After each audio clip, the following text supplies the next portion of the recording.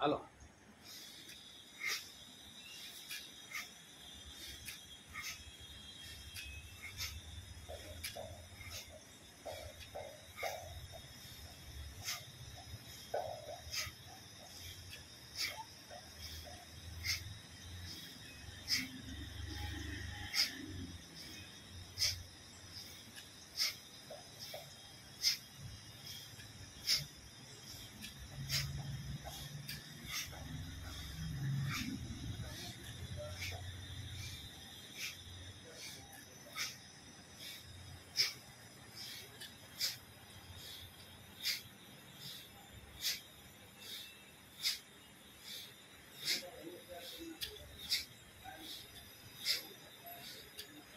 Ready.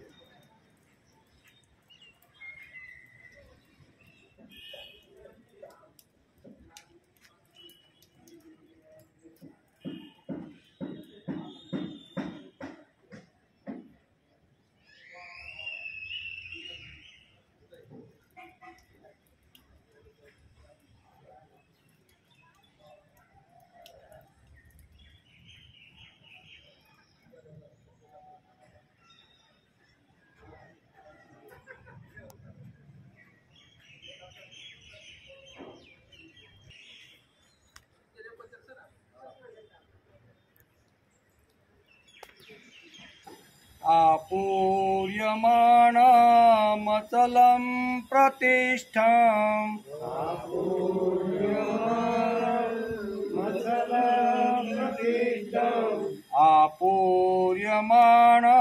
आपूर्यमाणमचलं प्रतिष्ठम्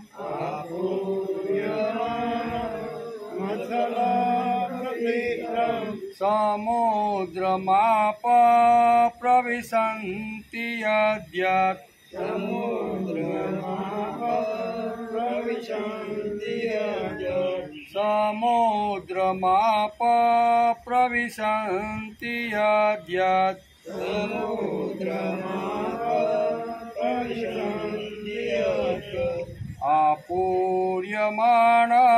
आपूर्यमाणमचलं प्रतिष्ठम् समुद्रमाप प्रविशन्ति यद्यत् मचलं प्रतिष्ठम् समुद्रमाप प्रविशन्ति यद्यत् आपूर्णमाणमचलं प्रतिष्ठम् समुद्रमाप प्रविशन्ति यद्यत् आपूर्यमाणमचलं प्रतिष्ठम् समुद्रमाप प्रविशन्ति यद्यत् तद्यातकामायं प्रविशन्ति सर्वे तद्वाक्कामायं प्रविशन्ति सर्वे तत्कामायं प्रविशन्ति सर्वे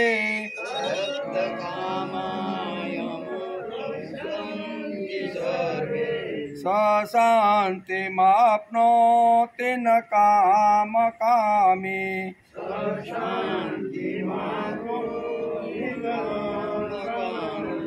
स शान्तिमाप्नोति न कामकामी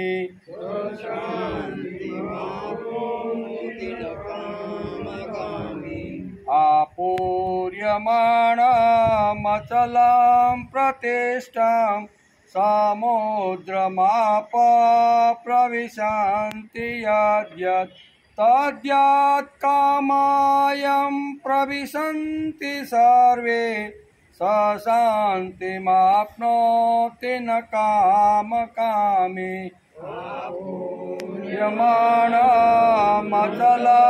प्रतिष्ठां समुद्रमाप तत्कामायं स शान्तिमाप्नोति न कामकामी विहाय कामान्यः सर्वान् विहाय कामान्यः सर्वान् पुमांसरति निःस्पृहः पुमांसरति निःस्पृहः विहाय कामान्यः सर्वान् पुमांसरति निःस्पृहः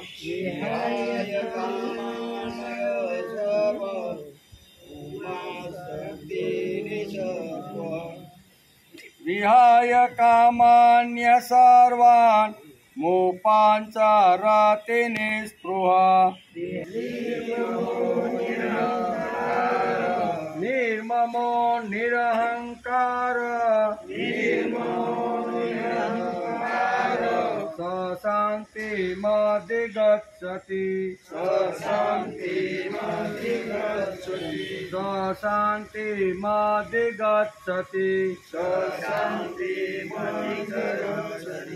निर्ममो निरहंकार स शान्तिमधिगच्छति विहाय कामान्यः सर्वान् पुमांसरति निःस्पृहः निर्ममो निरहंकार स शान्तिमधिगच्छति पुमांसरति निःस्पृहः निर्ममो निरहंकार स शान्तिमधिगच्छति। श्लोक साथ है। आपूर्यमाणमचलं प्रतिष्ठां समुद्रमाप प्रविशन्ति यद्यत् तद्यत् कामायं प्रविशन्ति सर्वे स शान्तिमाप्नोति न कामकामी विहाय कामान्यः सर्वान् निर्ममो निरहंकार स शान्तिमधिगच्छति स शान्तिमधिगच्छति। हरिः ओम्। वसुदेवसुतं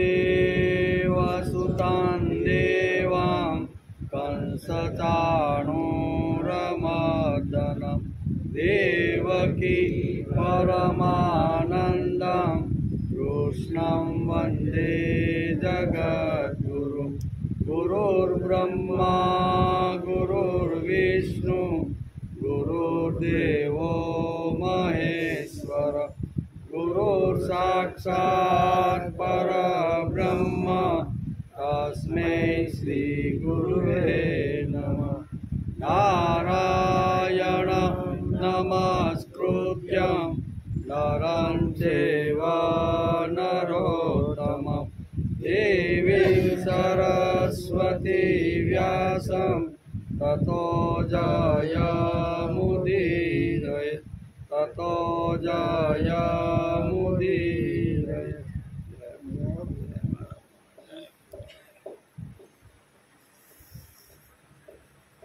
आपूर्यमाणमचलं प्रतिष्ठां समुद्रमाप प्रविशन्ति यद्यत् તત્કામાયં પ્રવિશન્તિ સર્વે સ શાંતિમાપ્નોતિ ન કામકામી.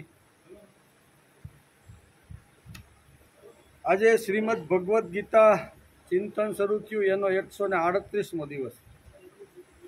ગઈકાલે આપણે બીજા અધ્યાયના 69મા શ્લોકને આપણે નમસ્કાર કર્યા. ભગવાને કીધું, સમાધિમાં સ્થિત પરમાત્માને પામેલા સ્થિર બુદ્ધિ પુરુષનું શું લક્ષણ છે એવું જ્યારે અર્જુને પૂછ્યું ત્યારે ભગવાને એને સ્થિર બુદ્ધિના લક્ષણો સમજાવ્યા.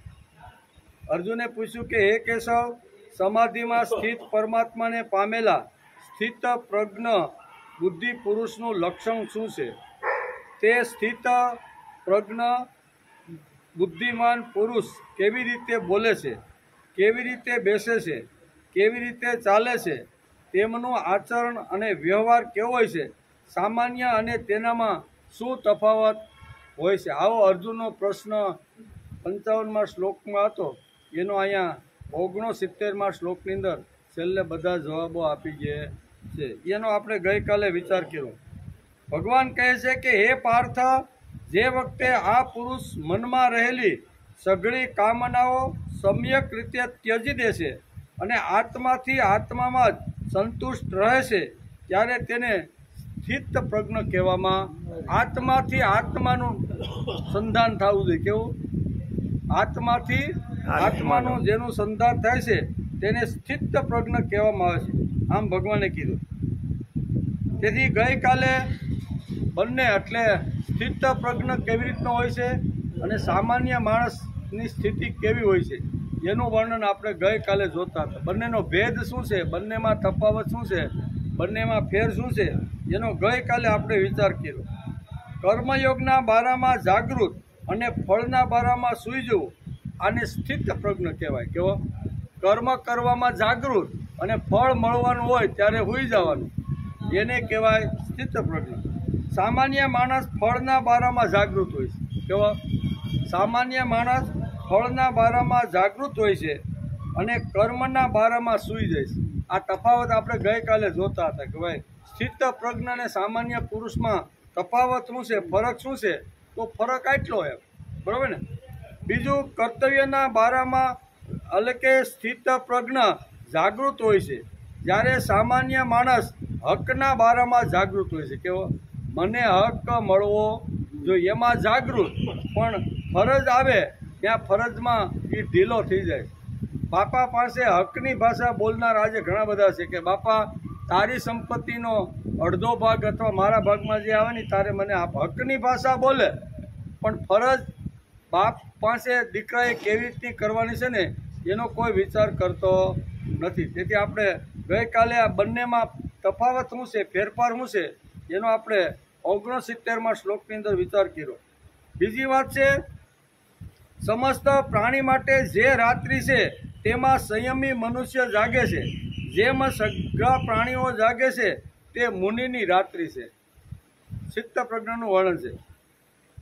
સસ્તી વસ્તુ ક્યાં મળે છે તે બાબતમાં આપણે બધા જાગૃત છીએ. આપણે બેનો તો ખાસ કોઈ આવી રીતની શું કહેવાય શનિવારી કે મંગળવારી ભરાતી હોય ને, એકવાર લઈને આવ્યો હોય ને પછી બધે આજુબાજુમાં બતાવે કે બેન હું આ સાડી લાવી, બહુ સારી ને સસ્તી છે. કઈ બજારીમાં મળે? તો કે આ બજારીમાં સારી મળી. એમાં આપણે બધા કેવા છીએ? જાગૃત. એટલે અહીં કહે છે કે સ્થિત પ્રજ્ઞની એટલે કે સસ્તી વસ્તુ ક્યાં મળે છે તે બાબતમાં આપણે બધા જાગૃત છીએ. અને જીવન વિકાસના બારામાં અંધારું છે તે સામાન્ય માણસનું જીવન છે. વિકાસના બારામાં અંધારું અને ભૌતિક પદાર્થો સારામાં સારા ને સસ્તા ક્યાં મળે છે એમાં અંધારું છે. સ્થિત પ્રજ્ઞને અંદરની દિવાળી હોય છે, તેમની બહારના પ્રકાશની જરૂર હોતી નથી. સ્વયં અંદરથી જ 4 વાગે બેસી જાય આખું દુનિયાને છોડી એટલે અંદરથી જ એને પ્રકાશ મળતો રહેલો છે. બહારના પ્રકાશની એને કોઈ પ્રકારની જરૂર પડતી નથી. અંદરના આત્માને ઓળખવા માટે સ્થિત પ્રજ્ઞ એટલે કે સ્થિત પ્રજ્ઞ મુનિ જાગતો હોય અને સામાન્ય માનવી આ બાબતમાં સૂતો હોય. એમ કેવો?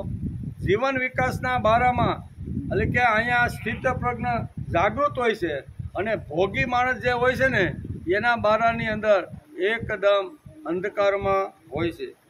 આમ યા નિશા સર્વભૂતાનામ કહીને ભગવાને અહીંયા બંનેનો ફેરફાર સ્થિત પ્રજ્ઞ અને સામાન્ય માણસમાં શું ફેરફાર છે જે આપણે વિચાર કરવાનો છે. 70મા શ્લોકમાં બહુ ભગવાન અહીં સમુદ્રનું દ્રષ્ટાંત આપી અને સ્થિત પ્રજ્ઞનું વર્ણન ભગવાન અર્જુનને સમજાવે છે. આપૂર્યમાણમ અચલમ પ્રતિષ્ઠમ સમુદ્રમાપ પ્રવિશન્તિ યદ્યત તદ્યત કામાયમ પ્રવિશન્તિ સર્વે સ શાંતિમાપ્નોતિ ન કામકામી. યદ્યત એટલે જે પ્રમાણે બધી નદીઓના, આપ એટલે પાણી, બધી નદીઓના પાણી આપૂર્ય માણમ એટલે બધી બાજુથી જળ દ્વારા ભરપૂર, અચલમ પ્રતિષ્ઠમ સમુદ્રમ અચલ પ્રતિષ્ઠાવાળા સમુદ્રમાં તેને વિચલિત કર્યા વિના બધા સમાવી લે. સમુદ્રની અંદર ગમે તેટલી નદીઓ બહારથી આવે, સોમાના સાંજના દિવસો હોય, ભરપૂર નદી બે કાંઠે ગંગા, યમુના, સરસ્વતી, ગોદાવરી, તાપી, નર્મદા ગમે તેટલી નદીઓ ગમે તેટલું પાણી લઈ અને સમુદ્રમાં ઠાલવે તો અહીંયા સમુદ્ર બધી જ નદીઓને સમાવી લે છે કે આવી જાઓ, કાંઈ વાંધો નહીં, ઘણી બધી જગ્યા મારી પાસે છે, એટલે કે આવીને સમાઈ જાય છે. તે જ પ્રમાણે એટલે તદ્યત સર્વે કામાયમ, તે જ પ્રમાણે સર્વ ભોગ પદાર્થો જે સ્થિત પ્રજ્ઞા પુરુષમાં કોઈ પણ પ્રકારનો વિકાર ઉત્પન્ન કર્યા વિના સમાઈ જાય છે. એને વિકારો નડતા નથી. જેમ સમુદ્રની અંદર બધી જ નદીઓ આવીને જેમ સમાઈ જાય છે, એમ સ્થિત પ્રજ્ઞાના જીવનની અંદર અહીંયા બધું જ પછી એના ગમે તેટલા ભોગો હોય, ગમે તેટલી હોય ને બધું એની અંદર સમાઈ જાય છે. એમાં કહેવાનું વિકાર ઉત્પન્ન કર્યા વિના જ અહીંયા સ્થિત પ્રજ્ઞા જીવનમાં બધા જ વિકારો સમાઈ જાય છે. પ્રવિશંતિ સ શાંતિ આપનોતિ કામકામી એટલે કે સમાઈ જાય છે. તે જ પુરુષ પરમ શાંતિને પ્રાપ્ત થાય છે. ભોગોની કામનાવાળો નહીં. ભોગોના કામનાવાળાને શાંતિ મળતી નથી. શાંતિ કોને મળે? તો કે સ્થિત પ્રજ્ઞ છે તેને શાંતિ મળે. તો સ્થિત પ્રજ્ઞ કોને કહેવાનો? તો અહીંયા ભગવાન શ્રી કૃષ્ણ અર્જુનને સમુદ્રનું ઉદાહરણ આપી અને સ્થિત પ્રજ્ઞનું વર્ણન કરે છે. સ્થિત પ્રજ્ઞ કેવો? કે એની અંદર બધી જે કામનાઓ છે, વાસનાઓ છે, જે કાંઈ આવે ને એ સ્થિત પ્રજ્ઞના જીવના બધી સમાઈ જાય છે. જેમ સમુદ્રમાં બધા ભરપૂર નદીઓનો પાણીના પ્રવાહો ઠાલવે તો પણ સમુદ્ર એને બધાને સમાવી લે કે નહીં, એમ કામના છે, વાસના છે, તૃષ્ણ જે કાંઈ સામાન્ય માણસની બધી જે વાતો છે એ સ્થિત પ્રજ્ઞ પોતાના જીવનમાં સમાવી ગયે છે. એ આ અર્થ છે. જે પ્રમાણે બધી નદીઓમાં પાણી બધી બાજુથી જળ દ્વારા ભરપૂર અચળ પ્રતિષ્ઠાવાળા સમુદ્રમાં તેને વિચલિત કર્યા વિના આવીને સમાઈ જાય છે, તે જ પ્રમાણે સર્વ ભોગ પદાર્થો જે સ્થિત પ્રજ્ઞ પુરુષમાં કોઈ પણ પ્રકારનો વિકાર ઉત્પન્ન કર્યા વિના જ સમાઈ જાય છે. તે જ પુરુષ પરમ શાંતિને પામે છે. ભોગોની કામનાવાળો શાંતિને પામતો નથી. અહીં કામી શબ્દ ન કામી એટલે ભોગની અંદર જે ડૂબેલો જે માણસ છે એને શાંતિ મળતી નથી. શાંતિ કોને મળે? તો કે સ્થિત પ્રજ્ઞને. એટલે એ વર્ણન અહીં બહુ સરસ રીતે સમજાવવાનો પ્રયત્ન કર્યો છે.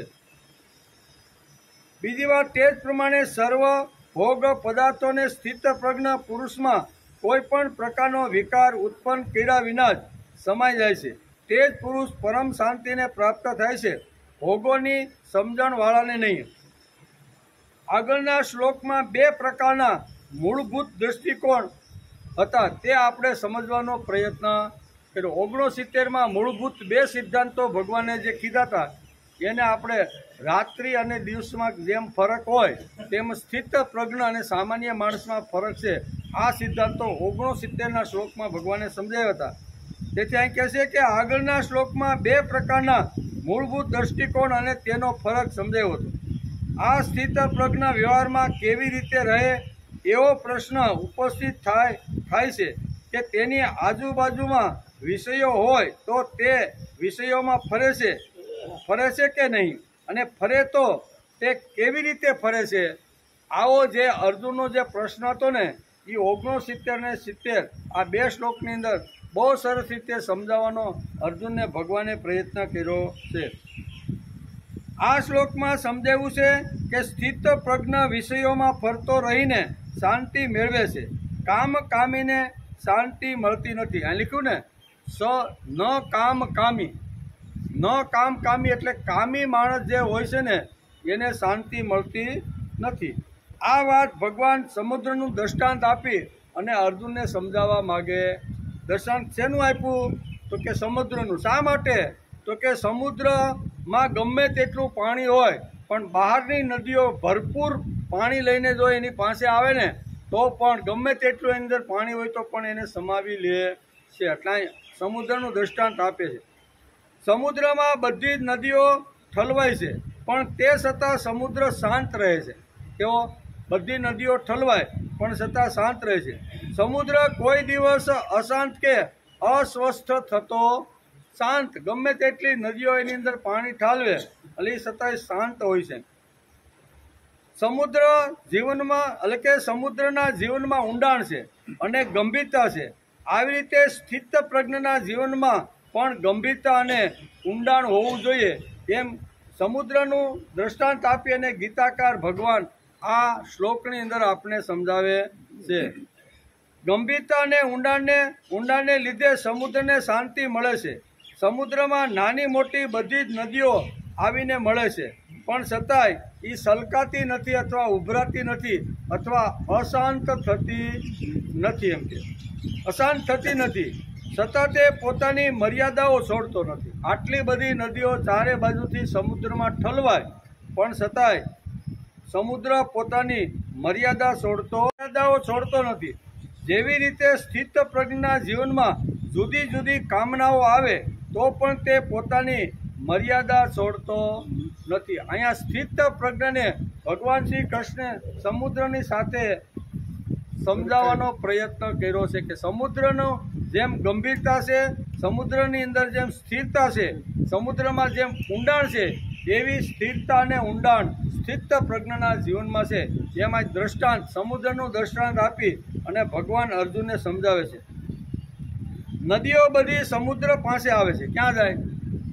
ગમે એટલો વરસાદ પડે, ગમે ત્યાં નદી ઉત્પન્ન થઈ હોય ને, માનો કે અહીંથી અમરકંટક એટલે બે રાજ્ય વિંધીને નર્મદા અને તાપી નીકળી. બંને અમરકંટક નામનો એક પહાડ છે, એ પહાડમાંથી એ બંને નદીઓ નીકળી. એક થોડીક આ બાજુ થઈ એટલે એ નર્મદા ગઈ, થોડોક ત્રાં આ બાજુ આવ્યો એટલે એ આવી સુરતમાં. એક ભરૂચમાં ગઈ ને બીજી ક્યાં આવી? નીકળી બે ક્યાંથી? એક જ પહાડમાંથી. અમરકંટક નામની મધ્યપ્રદેશમાં એક બહુ મોટી ખીણો ને પહાડો છે, એમાંથી અમરકંટકમાંથી નર્મદા અને તાપી મૈયાનો જન્મ થયો છે. એટલે એ બધી નદીઓ ઘણા બધા રાજ્યોને વિંધી અને ક્યાં આવે? અંતે સમુદ્રમાં ભળી જાય ને. એટલે અહીં કહે છે કે નદીઓ બધી સમુદ્ર પાસે આવે તો તેને સમાવી લેવાની જગા સમુદ્ર પાસે છે, અને ન આવે તો તેની સમુદ્ર પરવા કરતો નથી. કે તાપીબેન કેમ ન આવી, નર્મદાબેન કેમ ન આવી, હાલ હું જરી ગોતવા માટે જાઉં, એમ સમુદ્ર કોઈ દી કે? સમુદ્ર જો એ કહેવા લાગે તો ભરૂચ અને સુરત બે ડૂબી જાય. સમુદ્ર એમ કે નાના તાપીમાં આવી નથી, આજ શું થયું છે ને, હાલ તપાસ તો કરવા જાઓ કે તાપી માતા કેમ મારી પાસે આવી નથી, નર્મદા માતા મારી પાસે કેમ આવી નથી. એમ જો સમુદ્ર તપાસ કરવા માટે જાય તો ભરૂચ અને સુરત બે ડૂબે કે નહીં? સમુદ્ર કે હાલો આપણે, પણ સમુદ્રમાં કોઈ નદી આવે તો એને હરખ થતો નથી, અને કોઈ કદાચ ન આવે તો એને દુઃખ થતું નથી. એટલે સમુદ્રનું દ્રષ્ટાંત આપીને ભગવાન અહીંયા અર્જુનને આ સ્થિત પ્રજ્ઞનું લક્ષણ સમજાવે છે કે સમુદ્ર જેમ સ્થિર, એમાં નદી આવે તો પણ કાંઈ વાંધો નહીં, અને ન આવે તો કાંઈ ગોતવા માટે કે એના માટે રડતો બેઠતો નથી કે એક નદી કેમ ન આવી. આમ કહે છે તેથી નદીઓ બધી સમુદ્ર પાસે આવે તો તેને સમાવી લેવાની જગા છે, અને ન આવે તો તેની પરવા સમુદ્ર કરતો નથી. એકાદ તાપી કે નર્મદા માતા સાગરને મળવા ન આવે તો સાગર તેની તપાસ કરવા માટે અમરકંટક સુધી જાય કે ના હાલ હું જરીક અમરકંટકમાંથી નીકળી છે, તો આ વખતે ચોમાસું આટલું બધું થયું અને કેમ આવી નહીં. સમુદ્ર તપાસ કરવા માટે જતો, આવે તો એનું સ્વાગત કરે છે, અને ન આવે તો કાંઈ વાંધો નહીં, કંઈ કારણોસર નહીં આવ્યું હોય એટલે એને દુઃખ ન આવવાનું દુઃખ થતું નથી, અને આવે છો તો પણ એનું સુખ થતું. એટલે સુખ દુઃખની અંદર જે સમ છે ને એને સ્થિત પ્રજ્ઞ કહેવામાં આવે છે. સમુદ્ર કેવો છે? સ્થિત પ્રજ્ઞ. અને એટલા માટે જ ભગવાન દુનિયા આખીમાં ઘણું બધું છે, બધાનું નામ ન લેતા ભગવાને અહીં સમુદ્રનું નામ લીધું છે. શા માટે? તો કે સમુદ્ર આવી રીતનો સ્થિત પ્રજ્ઞ છે, બરાબર. નદી આવે તો એનું સ્વાગત, ન આવે તો ગોતવા માટે કાંઈ જાતો નથી, આવે તો પ્રેમથી એનો સ્વીકાર કરી અને પોતાની અંદર સમાવી લે છે. તેથી ભગવાને આપૂર્ય માણમ મચલમ પ્રતિષ્ઠમ સમુદ્ર માપ પ્રવિશંતિ યદ્યત. આવો ભગવાને બહુ સરસ રીતે સમજાવવાનો પ્રયત્ન કર્યો છે. સાગર જો તેની તપાસ કરવા નીકળે તો દરિયો પોતાનું રૂપ જ ભૂલી ગયો એમ કહેવાય. દરિયાલાલની ભૂમિકા તો જલ કમલ વત છે. કેવી છે? દરિયાલાલની જે ભૂમિકા છે એ કેવી છે? જલ કમલ વત. કમળ ક્યાં ખીલે? કાદવમાં. તળાવ હોય ને એમાં કાદવ હોય ને એમાં કમળ હોય, પણ કમળ જે ખીલતું હોય એનું જે પાંદડું હોય છે ને એને પાણી અડતું નથી. એમ તમે પાણી નાખવાનો પ્રયત્ન કરો ને તો એ સીધું ઘડી. જલ કમલ વત, પાણીમાં રહેવાનું અને પાણીનો સ્પર્શ કરવાનો નહીં. આ તો અઘરું ને બધું. સંસારમાં સરસો રહે મન, સંસારમાં રહેવાનું અને સંસારમાં ડૂબી નહીં જવાનું, એ અઘરું કામ કે નહીં? એવી રીતે અહીં કે સમુદ્ર કેવો છે? તો કે જલ કમલવત સમુદ્ર છે. સમુદ્ર આવી રીતનો છે. તાપી કે નર્મદા કેમ ન આવી તેની તપાસ કરવા જાય તો સુરત અને ભરૂચ જેવા અનેક શહેરો ડૂબી જાય. એમ કે આ વર્ષે આ બે નદીઓ મારામાં આવી ને હાલ જરીક તપાસ કરવા માટે જાઓ એમ કરીને સમુદ્ર ત્યાંથી રવાના થાય તો પહેલાં તો સુરતને ખલાસ કરે તાપી મૈયા, અને નર્મદા પહેલાં ભરૂચને ખલાસ કરે. તો આવું કરે છે. તપાસ કરવા માટે સમુદ્ર ક્યારેય જાતો નથી. એમ કે નદીઓ મળવા ન આવે તો સમુદ્ર ઊંચા નીચો થતો નથી. કેવો? સ્થિત પ્રજ્ઞના લક્ષણ સમજાવે છે. તો કે સ્થિત પ્રજ્ઞને અત્યારે સમુદ્રની સાથે ભગવાન સરખાવે છે કે સ્થિત પ્રજ્ઞ કેવો? તો સમુદ્રનું ઉદાહરણ આપી અને ભગવાન અર્જુનને કહે છે કે સમુદ્ર આવો, એની પાસે આવે કે ના આવે, ઊંચા નીચો થાય નહીં. એવી રીતે સ્થિત પ્રજ્ઞ માણસ છે, એની પાસે સુખ આવે કે દુઃખ આવે પણ ઊંચા નીચો થતો નથી. એને ખબર છે કે આવેલા દુઃખ મહેમાનની જેમ થોડોક સમય રહેવાના છે, એ દુઃખ જતું રહેશે, પછી તો મને સુખ મળવાનું છે. સુખ આવે થોડા વર્ષો સુધી રહે અને આ જવાનું જ છે એમ સ્થિત પ્રજ્ઞ માને. આગમાં પાયીનામ નિત્યમ, એમ ભગવાને ગીતામાં બહુ સરસ કીધું છે. તેથી હે ભારત, તું ચિંતા કરવાનું કોઈ કારણ નથી. દુઃખ સુખ કેવું છે? શીત અને કે ઠંડી અને ગરમી કેવી છે? તો કે આવા છે, મહેમાન જેવા છે, એ આવન જાવન છે. તેથી આ સ્થિત પ્રજ્ઞ આવી રીતનો આવે તો પણ એને હર્ષ થતો નથી, અને કોઈ નદી ન મળવા માટે આવે તો પણ સમુદ્રને કાંઈ દુઃખ થતું નથી. તેથી સ્થિત પ્રજ્ઞને ભગવાન અત્યારે સમુદ્રની સાથે સરખાવે છે અને સમુદ્રનું નામ લે છે. ભગવાનના મુખારવિંદમાંથી દુનિયામાં ઘણું બધું છે, વૃક્ષ છે, વનસ્પતિ, ઘણું બધું છે, પણ ભગવાને સમુદ્રને શા માટે યાદ કર્યો? તો કે સમુદ્ર સ્થિત પ્રજ્ઞનું પ્રતીક છે. એમ કે નદીઓ ન મળવા આવે તો સમુદ્ર ઊંચા નીચો થતો નથી. 4 મહિના એવા બધા ગરમીના દિવસો હોય છે, 45 ડિગ્રી સુધી ઘણીવાર તાપમાન હોય છે. તો તાપમાન આટલું બધું હોય તો એ સમુદ્રમાં એ કિરણો ફેંકે સૂર્ય, અને એમાંથી પાણી ખેંચે, અને પાણી ખેંચ્યા પછી વાદળ બંધાય તો પણ એને કાંઈ વાંધો. મારામાંથી ગમે એટલું લોકોને ખેંચવું હોય તો અહીં કહેશે ને કે ગમે તેટલું પાણી ખેંચાઈ જાય, શોષાઈ જાય તો પણ સમુદ્રને અફસોસ રહેતો નથી. આપણી પાસે આવેલી સંપત્તિ કોઈ જો ખેંચી લે તો આપણે અફસોસ થાય ને કે ભાઈ કેટલી મહેનત, કેટલો પરસેવો પાડ્યો હતો અને હાલો આ કોઈક ધાડ પાડી ગયું, અથવા મકાન હળગ્યું ને એમાં બધું અમારું ઘણીવાર માણસને અફસોસ થતો હોય છે. આપણી સંપત્તિ જ્યારે નષ્ટ થાય અથવા આપણી સંપત્તિ કોઈ હરી લેવા અથવા લઈ જવાનો પ્રયત્ન કરે ત્યારે સામાન્ય માણસને દુઃખ થાય છે, પણ સ્થિત પ્રજ્ઞને એવું કોઈ પ્રકારનું દુઃખ થતું નથી. ભગવાને મોકલી અને જેટલા દિવસ મારી પાસે રાખવાની હતી એટલા માટે મારી પાસે રાખી. હવે ચોર લોકો આવીને મારું ધન લઈ ગયા છે તો હવે ક્યાં મજા કરશે. સ્થિત પ્રજ્ઞની સ્થિતિ કેવી છે? આવી.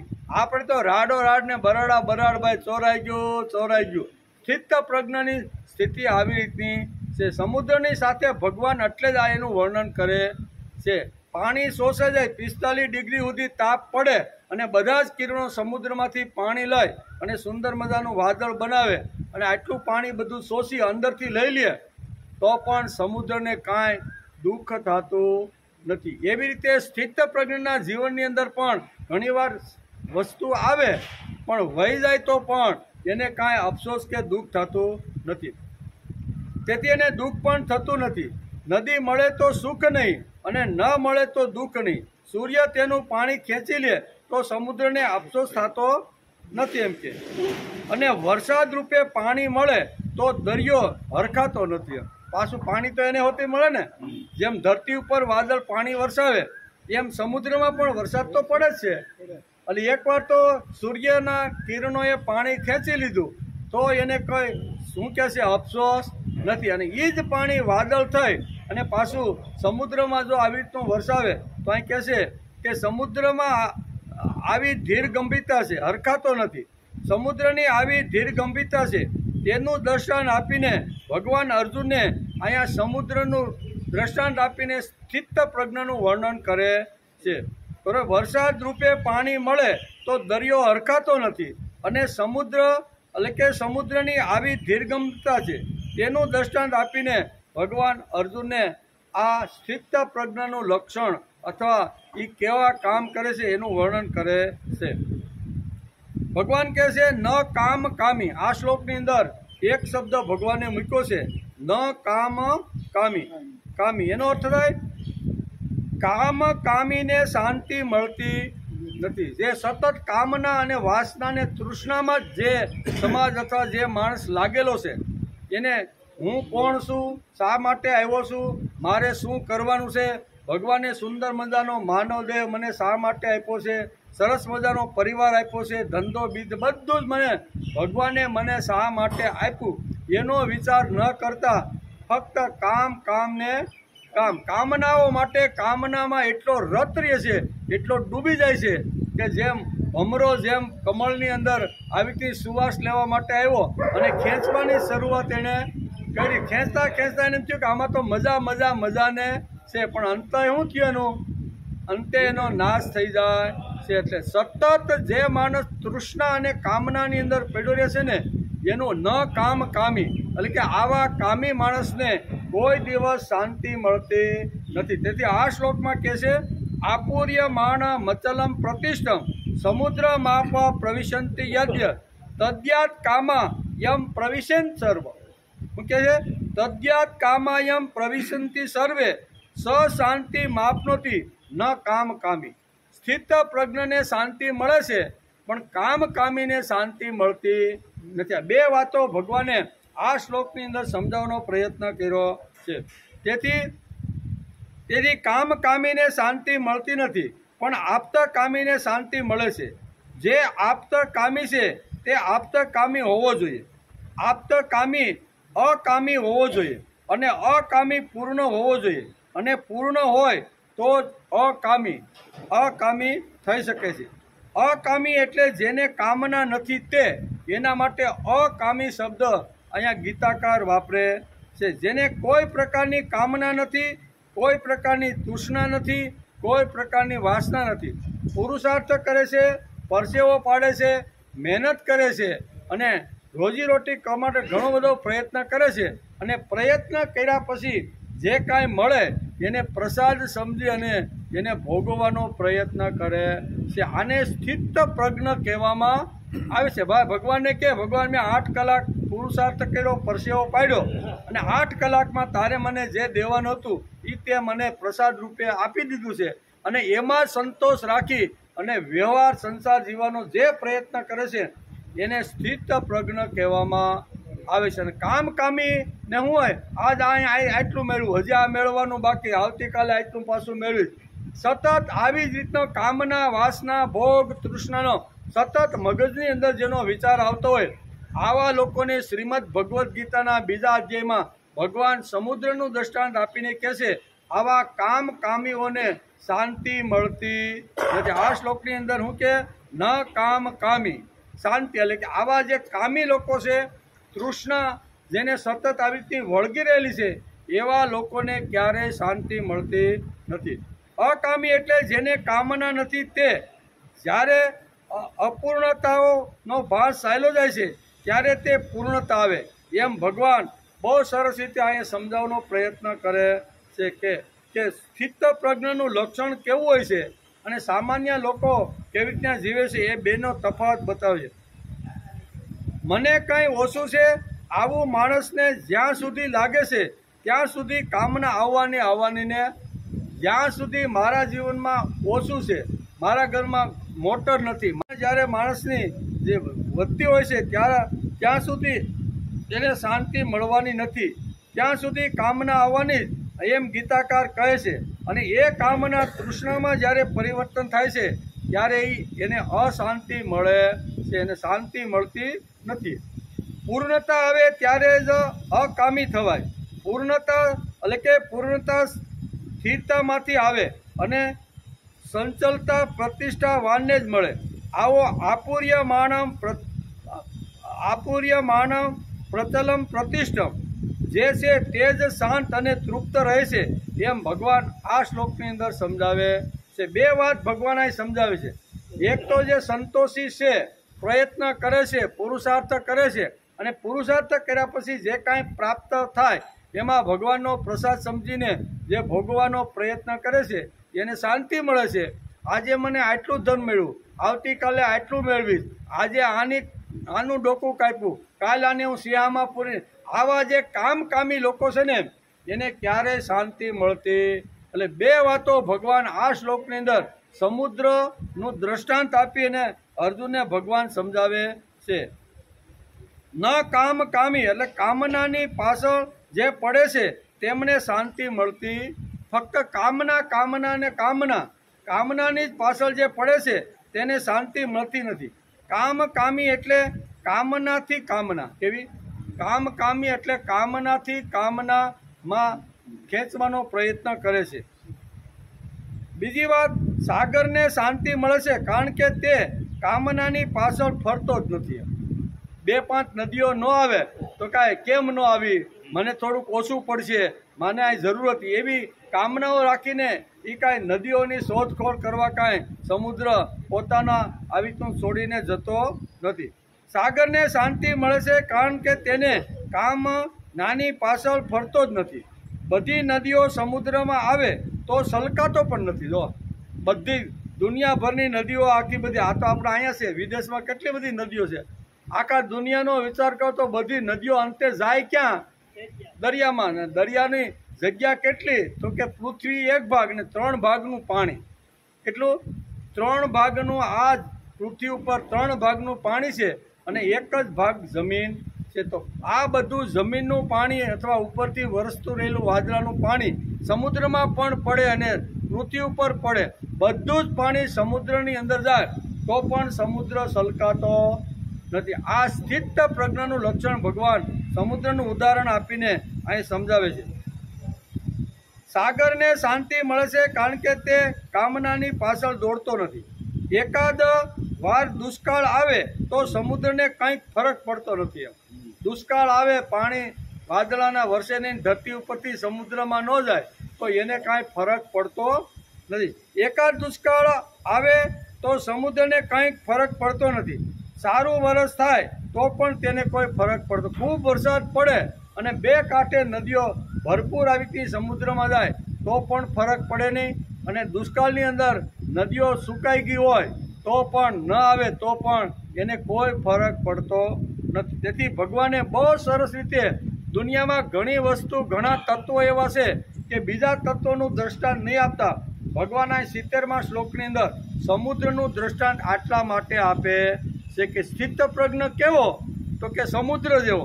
સમુદ્રના જે કાંઈ ગુણો છે એ ગુણો જો આપણે સમજી લઈને તો સ્થિતપ્રજ્ઞની સ્થિતિ આપણે સમજાય જાય. એટલે અહીંયા દ્રષ્ટાંત આપી, રૂપક આપી અને ભગવાન શ્રીમદ ભગવદ્ ગીતાના બીજા અધ્યાયના 70મા શ્લોકમાં આ વાત સમજાવે છે. એકાદ દુષ્કાળ આવે તો સમુદ્રને કંઈક ફરક પડતો નથી. સારું વરસ થાય તો પણ તેને ફરક પડતો નથી. સૂર્ય ગરમીથી તેનું પાણી ખેંચે તો તેને દુઃખ થતું નથી. સૂર્ય તપવા માંડે અને સમુદ્રમાંથી કિરણો નાખીને પાણી ખેંચે તો પણ એને દુઃખ થતું નથી. અને વાદળ રૂપે વરસી અને સમુદ્રમાં પાછું પાણી ઠાલવે તો એને બિલકુલ દુઃખ થતું. આને કહેવાય તટસ્થાની ભૂમિકા. કેવી? સુખ આવે તો ભગવાનનો પ્રસાદ સમજીને સ્વીકારવાનું, અને દુઃખ આવે તો મને ભગવાને મારી આવી રીતની પરીક્ષા કરવા માટે અથવા મને બરોબર પાકો છું કે કાચો છું એ પરીક્ષા માટે ભગવાન મને આવી રીતનું મોકલે. આ પરિસ્થિતિ એટલે કે તટસ્થતાની ભૂમિકા અત્યારે સમુદ્રની છે. તેથી ભગવાને અહીંયા સમુદ્રને યાદ કર્યો છે. દુનિયામાં ઘણા બધા એવા તત્વો છે કે જે તત્વને ભગવાન યાદ કરી શકત દ્રષ્ટાંતના રૂપમાં રૂપક, પણ અહીંયા બધાને યાદ ન કરતા અહીંયા સ્થિત પ્રજ્ઞને સમુદ્રની સાથે શા માટે સરખાવ્યો? તો એના આ બધા સમુદ્રના ગુણો ભગવાને જોયા છે અને તેથી સ્થિત પ્રજ્ઞને કોની સાથે સરખાવી શકાય? એટલે ભગવાને અહીંયા સમુદ્રનું દ્રષ્ટાંત લીધું છે. જે માણસ આડો અવળો થતો જ નથી, આપૂર્ય માણમ મચલમ પ્રતિશમ.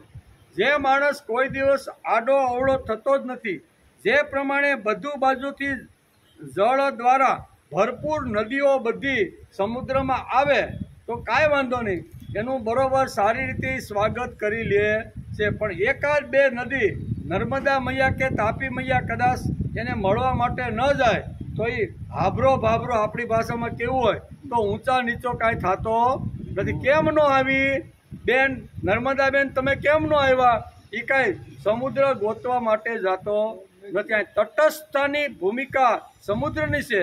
સ્થિત પ્રજ્ઞ કેવો? તો કે તટસ્થ. એને શીત આવે, ઉષ્ણ આવે, સુખ આવે, દુઃખ આવે, યશ આવે, અપયશ આવે, હાનિ થાય, લાભ થાય, બરોબર. તેથી ભગવાને પણ ગીતામાં કીધું કે સુખ દુઃખે સમે કૃત્વા લાભા લાભો જયા જયો તત્તો યુદ્ધાય યુજસ્વ નૈવમ પાપમ વાપે. કે હે અર્જુન, તું યુદ્ધની અંદર જો લડીશ ને તો તને પાપ લાગશે નહીં, કારણ કે તારે અત્યારે તટસ્થ બનીને યુદ્ધ કરવાનું છે. સુખ આવશે, સુખ દુઃખે સમે કૃત્વા. શબ્દ હું વાપરો? સુખ અને દુઃખ આવવાનું છે, યશ અને અપયશ આવવાનું છે, હાનિ અને લાભ બે થવાના છે. તેથી એ 6 વસ્તુને દ્વંદ્વને સામે રાખી અને હાથમાં ગાંડીવ લે અને તું યુદ્ધ માટે તૈયાર થઈ જા. તું આવી રીતનું જો યુદ્ધ કરીશ ને, કાંઈ કહે છે અચલ પ્રતિષ્ઠાવાળા સમુદ્રને ભગવાને અત્યારે યાદ કરી અને સ્થિત પ્રજ્ઞના લક્ષણોની સાથે એનું ઉદાહરણ આપ્યું છે. સમુદ્ર અચલ છે. કેવો? અચલ જ છે ને. સમુદ્ર અચલ છે, સ્થિર છે. બધું પાણી આવે છે પણ એ સલકાઈ જતો નથી. દુનિયાભરની બધી જ નદીઓ ચોમાસા દરમિયાન બધું જ પાણી દુનિયા આખીનું, ખાલી ભારતનું નહીં, દુનિયા આખીમાં જેટલી નદીઓ છે ને એ બધી જ નદીઓનું પાણી સમુદ્રમાં ઠલવાય છે. આટલી બધી નદીઓનું પાણી સમુદ્રમાં ઠલવાય.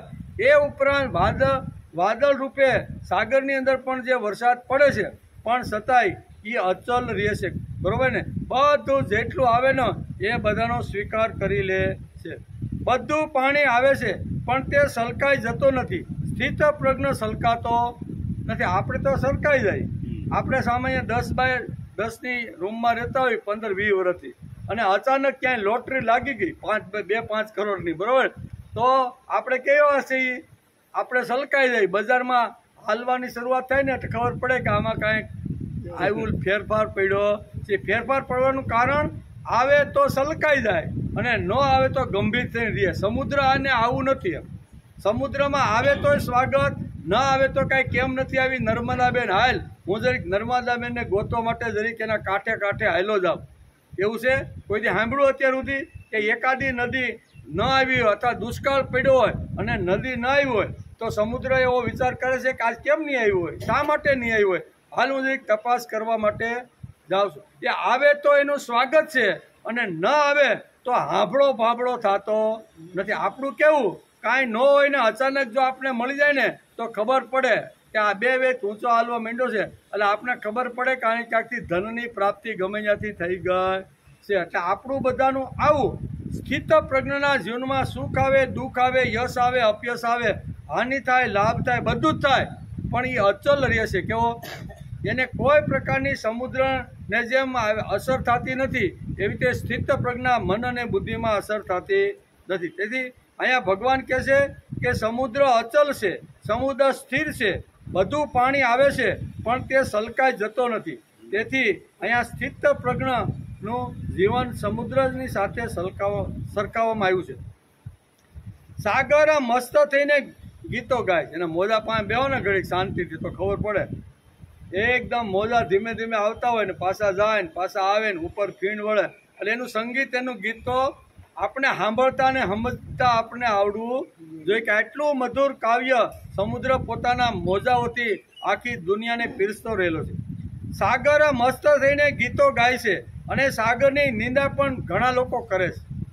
બરોબર? જેમાં ઘણા લોકો એની સ્તુતિ કરે છે, એમ સાગરની ઘણા લોકો નિંદા પણ કરે છે. સાગરની ઘણા લોકો નિંદા પણ કરે છે. વાદળનું સ્થાન ઉપર છે, તે આપનાર છે, અને સાગરનું સ્થાન નીચે છે, તેથી લેનાર છે. આવી નિંદા ઘણીવાર ઘણા લોકો કરતા હોય છે. લેનારનો હાથ નીચે હોય, સમુદ્ર ગમે તેટલો મોટો હોય. નિંદા કરતા ઘણા લોકો કહે છે કે સમુદ્ર ગમે તેટલો મોટો હોય, તેનું સ્થાન તો હંમેશા નીચે જ છે. આપવાવાળો ઉપર, વાદળ આપે પાણી, અને લે છે કોણ? સમુદ્ર. એટલે લેવાવાળાને આમ કરવું પડે, અને આપવાવાળાનો હાથ, એટલે આપવાવાળાનો હાથ ઉપર રહે અને લેવાવાળાનો હાથ નીચે રહે. સમુદ્ર ગમે તેટલો મોટો હોય, પણ વાદળ જ્યારે પાણી આપે છે ને ત્યારે તો એને લેવું પડે છે. કાંઈ કહે છે કે લેનારનો હાથ નીચે હોય, સમુદ્ર ગમે તેટલો મોટો હોય પણ એનું સ્થાન નીચે છે, કારણ કે લેનાર વાદળ નાનું પણ આપનાર છે. વાદળ નાનું છે પણ એ કેવું છે? આપવાનું કામ કરે છે. આમાં સમુદ્રની નિંદા કરી છે, પણ નિંદાની સમુદ્રને કોઈ પરવા નથી. લોકો મારી નિંદા કરે કે સ્તુતિ કરે, સમુદ્ર કહે છે મને એની કોઈ પરવા નથી.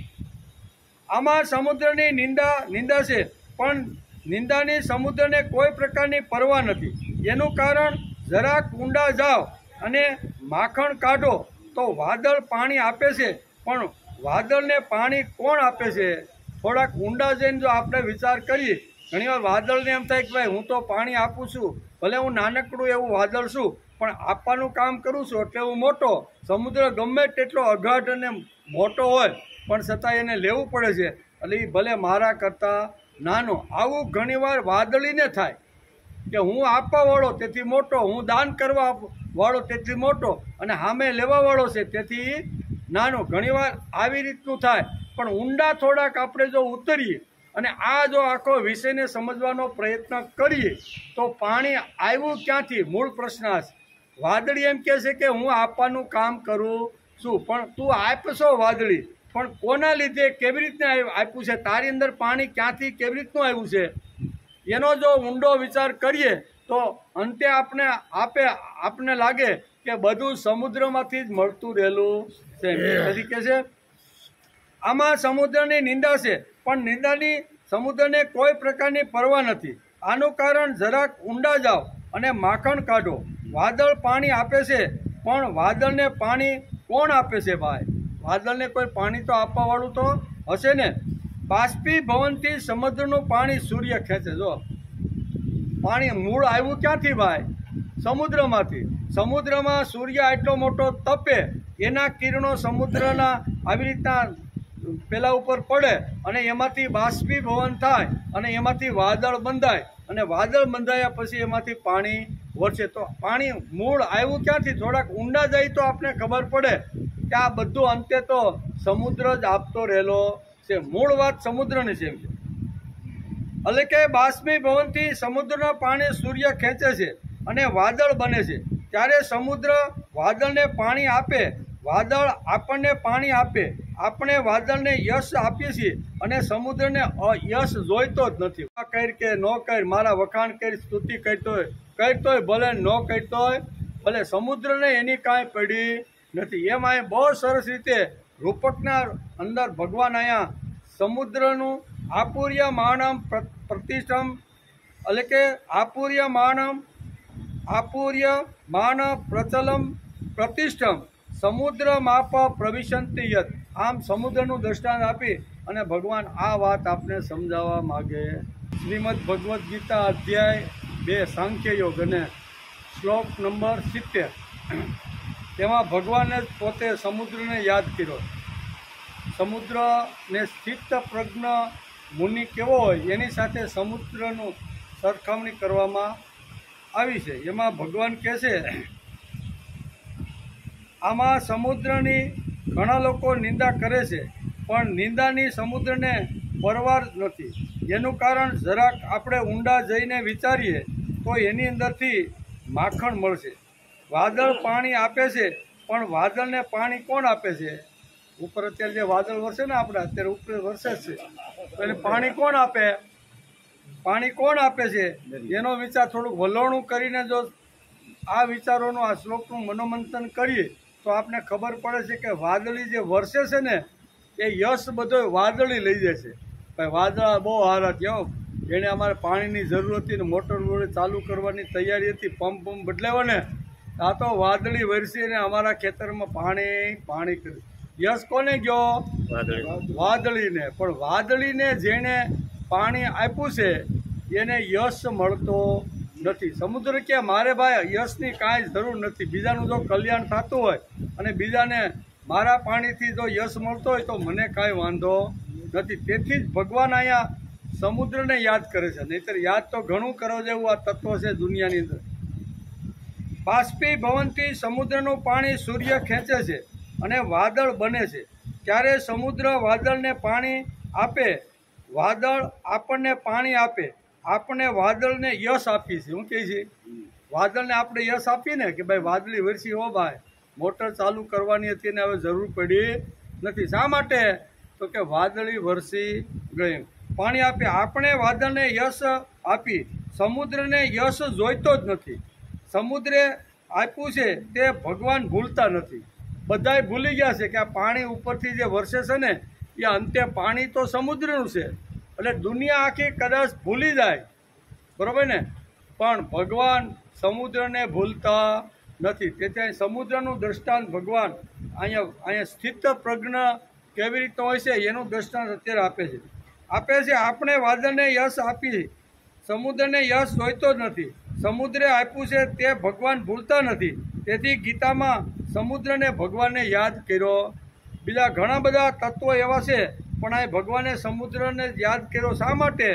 તો કે ભગવાન સમુદ્રને ભૂલતા નથી. મૂળ જે પાણી વાદળીના રૂપે જે ધરતી ઉપર જે પડે છે ને એ મૂળ તો પાણી સમુદ્રનું છે. સૂર્યના પ્રકાશના જે કિરણો છે એ સમુદ્ર ઉપર પડે, સમુદ્રમાંથી કિરણો પાણી ખેંચે અને એની વાદળી બને વરાળ રૂપે, અને એ વાદળી ધરતી ઉપર વરસે અને વાદળીને યશ મળે છે, સમુદ્રને યશ મળતો નથી. આ ભગવાન બરોબર જાણે છે કે આખી દુનિયા વાદળાઓને યશ આપતા રહેલા છે. પણ ભગવાન કે વાદળાઓને યશ જે મળતો હોય છે તે બરોબર છે, પણ મૂળ વાદળીમાં પાણી આવ્યું ક્યાંથી એને માણસે યાદ કરવો જોઈએ. તેથી ભગવાન પોતે અત્યારે સમુદ્રને યાદ કરે છે. નકર દુનિયામાં ઘણા બધા તત્વો એવા છે કે જે યાદ કરવા જેવા છે.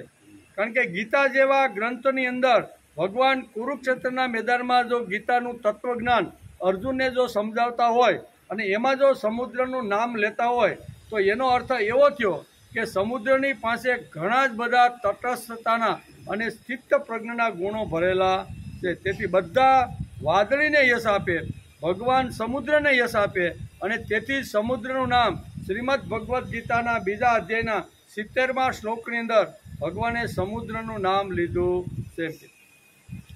આપૂર્ય માણમ મચલમ પ્રતિષ્ઠમ સમુદ્ર માપ પ્રવિશંતિ યદ્યત. આવી રીતે ભગવાને સમુદ્રને યાદ કર્યો છે. આ સીધો પુરાવો છે, બીજા પુરાવાની જરૂર.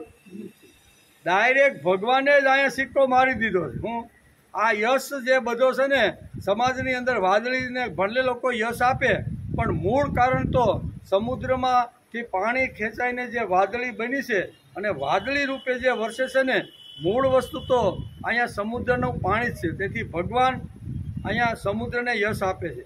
સમુદ્રને સ્થિત પ્રજ્ઞની ઉપમા ભગવાન આપે છે. વાદળને ન આપી એમ.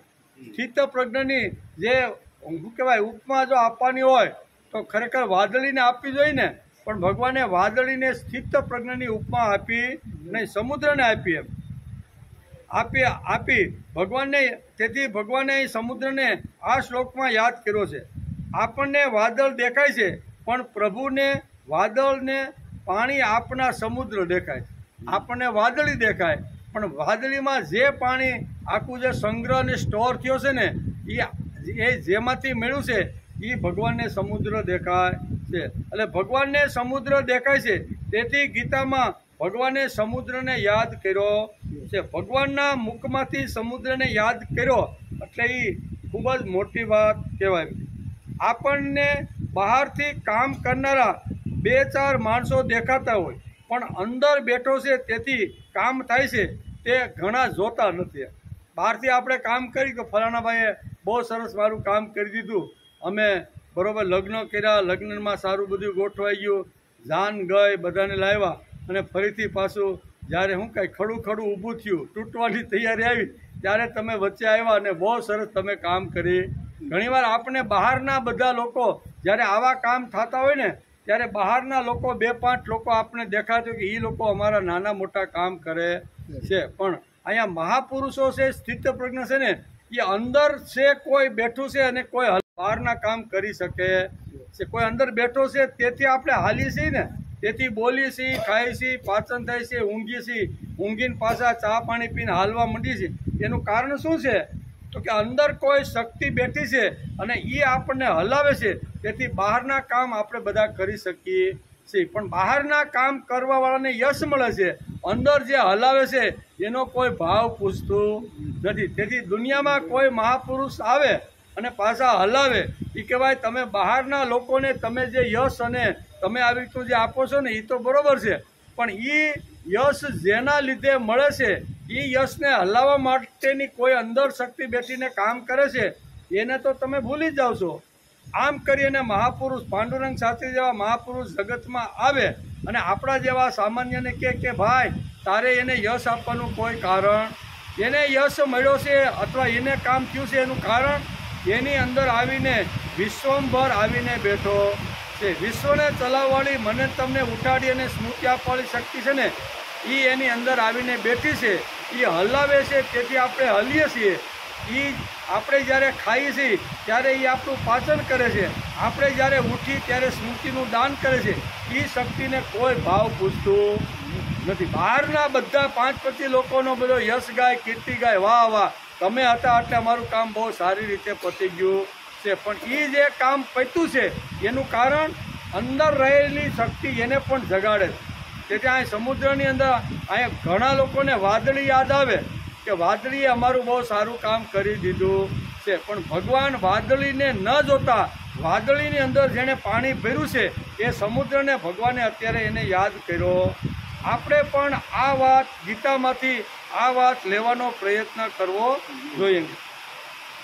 આપણને બહારથી કામ કરનારના 2-4 માણસો દેખાતા હોય, પણ અંદર બેઠો છે તેથી કામ થાય છે એ ઘણા જોતા જ નથી. અંદર બેઠો છે તો કામ થાય ને. અંદરથી પ્રાણ અથવા આત્મા ચાલ્યો જાય, જીવ ચાલ્યો જાય તો ગમે તેટલું સારું શરીર હોય, ગમે તેટલા ઘરેણા, ગમે તેટલા સારા કપડાં પહેર્યા હોય તો કામ થવાનું? અરે એને 4 જણાનો ખંભો લઈને સ્મશાન ભૂમિ જાય ને ત્યાં 10 જણા બદલે એટલો તો 90 કિલોનો તો વજનદાર હોય. કેવો? હવે એ 90 કિલોનો વજન હતો પણ છતાંય હસતો રમતો કિલોર કરતો કોઈનો આધાર વિના ફરતો હતો. પણ હવે એવું શું થયું કે 4 જણાના ખંભે જાય છે તો 4 જણા કાંધ પણ થાકી જશે અને બીજાને કહેશે ભાઈ હવે તમે જરીક લ્યો તો. હવે શું ભાઈ ગયું હું એમાંથી? શરીર છે, હાથ છે, પગ છે, નાક છે, બધું જ છે, પણ ગયું શું? તો કે અંદરથી એક તત્વ હતું ને એ ચાલ્યું ગયું. તેથી ગમે તેટલા ડંપાસ માણસ મારે પણ હું જેના લીધે કામ કરું છું ને એ કામ કરનાર શક્તિ અંદર બેઠી છે. તેથી હરુશું, ફરુશું, બોલુશું, ખાવશું આ બધું કામ થતું રહેલું છે. ભગવાને અહીંયા સમુદ્રનું દૃષ્ટાંત આપી અને એક વાત ભગવાને આપણે આ પણ સમજાવે છે કે બહારના લોકો થોડું ઘણું કામ કરે તો એને પાર્ટી આપે, બહુ સારું કર્યું, કેદુનું અટવાણું હતું, પણ તમે એટલે તમે જ એમ કે. પણ અંદર બેઠો છે એ હલાવે છે, એ કરાવે છે, એનું કોઈ ભાવ પૂછતું નથી. તેથી વાદળીને યશ ન આપતા ભગવાને સમુદ્રને યશ આપ્યો અને તેથી શ્રીમદ ભગવદ્ ગીતાના બીજા અધ્યાયને 70મા શ્લોકની અંદર ભગવાને સમુદ્રને યાદ કર્યો. આટલું મોટી વાત છે. પછી એટલે કે માણસો પર રાગ દ્વેષ નહીં થાય. એકવાર અંદર પ્રભુ બેઠો છે એ સમજણ આપણી પાકી થઈ જાય તો ગમે ત્યારે ગમે એને મળશું ને તો રાગ દ્વેષ ઊભો થશે નહીં. તેમણે કોઈએ તોય ઓછા પૈસા આપ્યા છે તો બહુ ચીડાઈ પણ નહીં જાય. ભગવાન વચેટિયાને ગણતા જ નથી. સીધી હોટ લાઈન કેવી, વચેટિયાને ભગવાન ગણતા નથી. વચેટિયો ટપાલી આવે આપણી ઘરે, ટપાલ લઈને જ આવે ને. જૂના કાળમાં, હવે તો બધું ફોનનું નાન તેન થઈ ગયું, પણ જૂના કાળમાં ટપાલનો વ્યવહાર હતો. કાંઈ કોઈને ક્યાં લગ્ન હોય ને તો લાલ કલરમાં લખાઈને આવે કે આ તારીખે અમારી ઘરે શુભ પ્રસંગ છે, આટલા વાગે માંડવો છે, આટલા વાગે જાન જવાની છે, અને આ બધું લખાઈને આવે કે નહીં. હાથથી લખવાનું. 5-10 છોકરા બેઠા જ હોય દરરોજ રાતે, 50-50 પોસ્ટકાર્ડ લખવાના. આમ કરીને 200-500 જેટલા લખવાના હોય ને એ બધા હાથે લખવાના હોય ને. પોસ્ટ માસ્ટરનું કામ હું, એ ભાઈ તો પેટીમાં નાખી આવે સવારે જેટલા લખાણ. પોસ્ટ માસ્ટર એ થપ્પો ઉપાડે તાળું ખોલી અને લઈ અને જોવે કે કયા કયા ગામના છે, બધાના ડિપાર્ટમેન્ટ બધાના અલગ પાડે. અલગ પાડી અને 2-3 દિવસે આપણા હાથમાં આવે તો એ પોસ્ટ આપનાર કોઈ નિમિત્ત બન્યો છે, લખનાર કે લખાવનાર તો અંદર કોઈ બીજું છે. એટલે એમાં ઘણા સુખના પણ સમાચાર હોય અને ઘણા પણ દુઃખના સમાચાર હોય. પોસ્ટ માસ્ટર એમ કહેતો નથી બાપા જાય જવા લગ્નમાં, જો કંકોત્રી આવી છે, બરોબર ને. ગામનો જો પોસ્ટ માસ્ટર હોય ને, જાણીતો હોય ને, તો આમ કે બાપા જો તમારા લાડવા ખાવાના આવ્યા એમ કે. એવો પણ આગ્રહ કરતો નથી. એનું કામ શું છે, ટપાલ જેની છે એના હાથમાં આપી દે. લગ્નમાં જવું હોય તો ભલે, ન જવું હોય તો ભલે, મામેરું એ કોના હાથની વાત છે? એ તો જેના હાથમાં ટપાલ આવીને એને નક્કી કરવાનું છે. ટપાલી તો ટપાલ આપીને જતો રહે.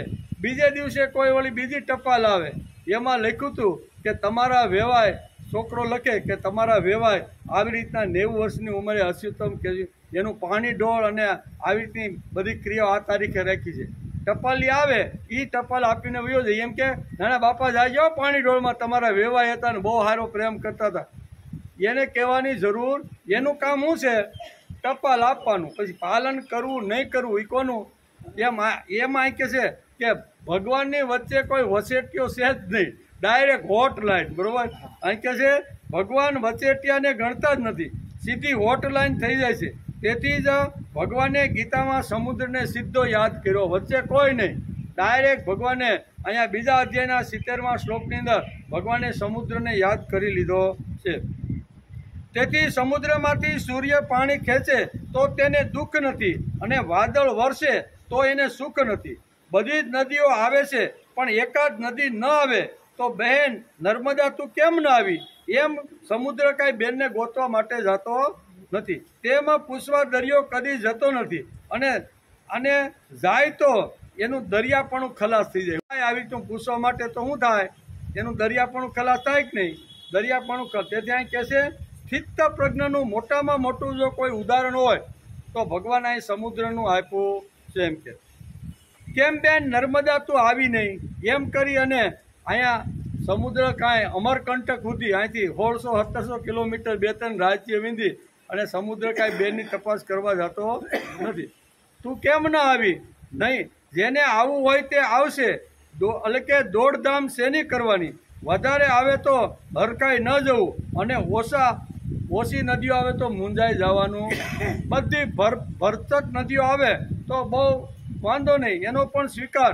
અને ન આવે તો સમુદ્ર કોઈને ગોતવા માટે જતો નથી. આપણે ભગવાનની પૂજા કરવા માટે અત્યારે આપણે બેઠા છીએ. બધા કેવા ગીતા માતાની પૂજા કરવા માટે બેઠા છીએ. સાંભળવાવાળો સાંભળીને શ્રીમદ ભગવદ્ ગીતા માતાની પૂજા કરે છે, અને બોલવાવાળો બોલીને પૂજા કરે છે. બંને પૂજા કરવા માટે બેઠા છે. કોઈ અજ્ઞાની છે એટલે સાંભળવા આવે છે એવું પણ નથી, કોઈ જ્ઞાની છે એટલે કોઈ જ્ઞાન આપવા માટે આવે છે એવું પણ નથી. બંને અહીંયા શ્રીમદ ભગવદ્ ગીતા માતાની પૂજા કરવા માટે બેઠા છે. બોલવાવાળો બોલીને પૂજા કરે છે, સાંભળવાવાળો સાંભળીને પૂજા કરે છે. કોઈ ઉપદેશ આપવા માટે કે કોઈ ઉપદેશ લેવા માટે બેઠો નથી. આપણે બધા જ આપણો વિકાસ કરવા માટે બેઠા છીએ. જેની જેવી શક્તિ, જેની જેવી બુદ્ધિ, જેની જેવી આવડત, એ પ્રમાણે ગીતા માતામાંથી આપણે બધા લેતા રહેલા છીએ. તેથી અંદર ભક્તિ બેઠી છે. સ્વાધ્યાયના વિચારો મન અને બુદ્ધિમાં ફરતા રહ્યા છે. તેથી આવ્યા વગર ચાલતું જ નથી. બરાબર. સમુદ્રમાં બધી નદીઓ આવે છે. સમુદ્ર કોઈ નદીને ગોતવા નીકળતો જ નથી. કામનાઓ એને ગોતતી આવે છે. અને ભગવાન પણ ગીતામાં તેથી તેનું વર્ણન કરે છે. સ્થિતપ્રજ્ઞ કોઈના તાલ ઉપર નાચતો નથી. કેવો? જે ભગવાન પાસે પહોંચી ગયેલો છે અથવા આવી તો પહોંચવાની તૈયારીમાં જે સ્થિતપ્રજ્ઞ છે એ બીજા કોઈના તાલે નાચતો, પોતાનો સ્વતંત્ર તાલ હોય છે. સ્થિતપ્રજ્ઞ કોઈના તાલ ઉપર નાચતો નથી. સ્થિતપ્રજ્ઞને પોતાનો તાલ છે. ભગવાનને નચાવવાની હિંમત સ્થિતપ્રજ્ઞ છે.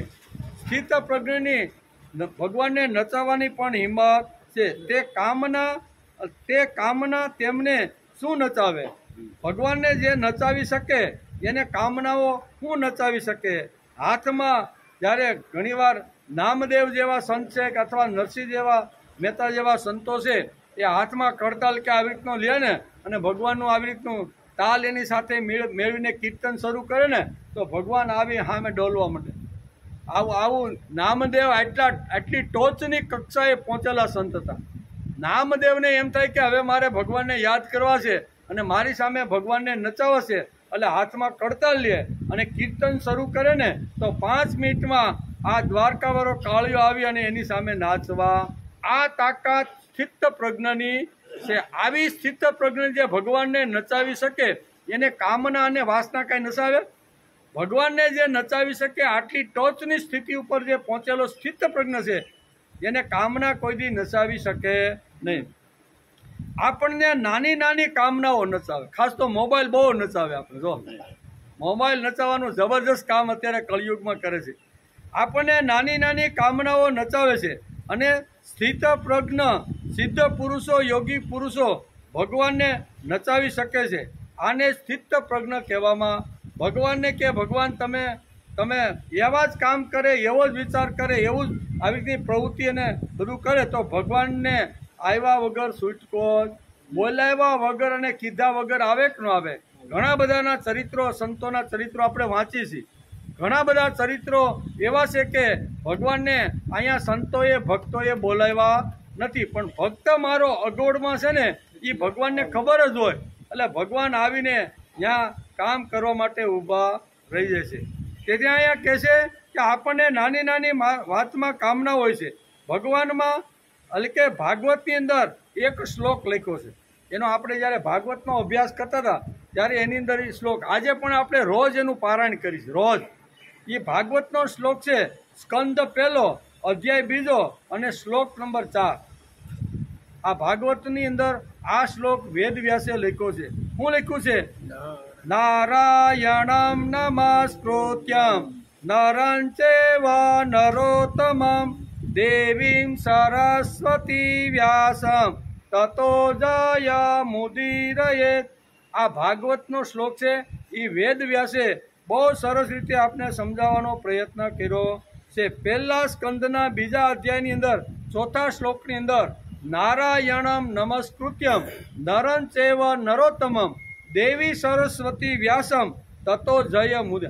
આમ કરી અને ભગવાનની સ્તુતિ કરીને વ્યાસ શ્રીમદ ભાગવત લખવાની શરૂઆત કરે.